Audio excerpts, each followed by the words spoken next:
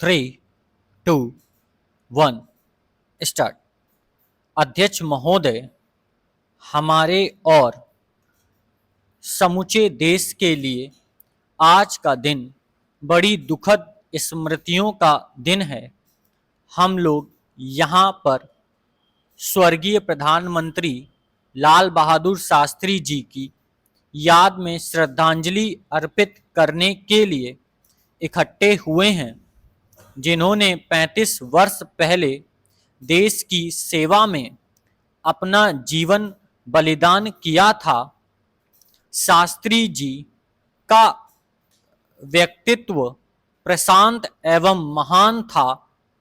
वे भारत एवं शांति के लिए जीवित रहे तथा भारत एवं शांति के लिए ही मरे। वे भारत की जनता से एक रूप हो गए थे। वे सदा सेवा की भावना से प्रेरित रहे तथा सदा लोगों की भलाई की बात सोचते थे। उन्होंने हमारे देश का कठिन परीक्षा की घड़ियों में नेतृत्व किया और उन्होंने दुनिया को यह दिखाने की सहायता की कि भारत में कितनी एकता और दृढ़ निश्चय है। शास्त्री जी गांधी युग की महान देन थे। गांधी जी की मुख्य शिक्षा थी कि सभी मनुष्य भाई हैं और उनके झगड़ों का निपटारा अहिंसक तरीकों से होना चाहिए। गांधी जी के विचार में अहिंसा का मतलब केवल हिंसा का अभाव नहीं था। यह कोई नकारात्मक धारणा नहीं थी, अपितु यह समझौते की तलाश का एक निश्चयात्मक गुण और इसमें यह विश्वास होता है कि लोग शांति में और शांति के द्वारा ही जीवन को उच्चतर अवस्था में ले जाने का रास्ता निकाल सकते हैं। इस तरह हिंसा का परित्याग करते हुए तथा समझौते और वार्ता में पूर्ण विश्वास रखते हुए हमने अंग्रेजों से लड़ाई लड़ी। शास्त्री जी का भी यही विश्वास था।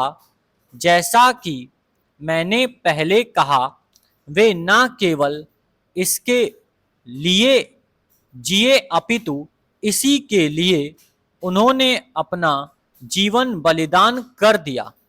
हमें स्वतंत्रता के 54 वर्षों के दौरान इस दृढ़ विश्वास को अपनी राष्ट्रीय और अंतर्राष्ट्रीय नीतियों में चरितार्थ करने का प्रयास किया है।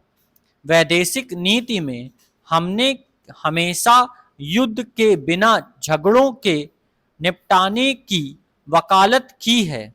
सैन्य गुटों का विरोध, पंचशील का सिद्धांत, कोरिया और हिंद चीन में हमारी पहल और विश्व शांति के लिए किए गए अन्य अनेक काम, ये सभी हमारे इस विश्वास के परिणाम हैं कि झगड़ों का निपटारा शांतिमय ढंग से होना चाहिए। ताशकंद समझौता इसी नीति की एक कड़ी थी।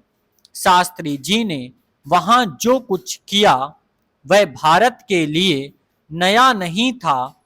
ताशकंद समझौते में जो सबसे अच्छी बात थी वह थी कि मतभेदों का निपटारा हथियार उठाए बिना होना चाहिए। Full stop.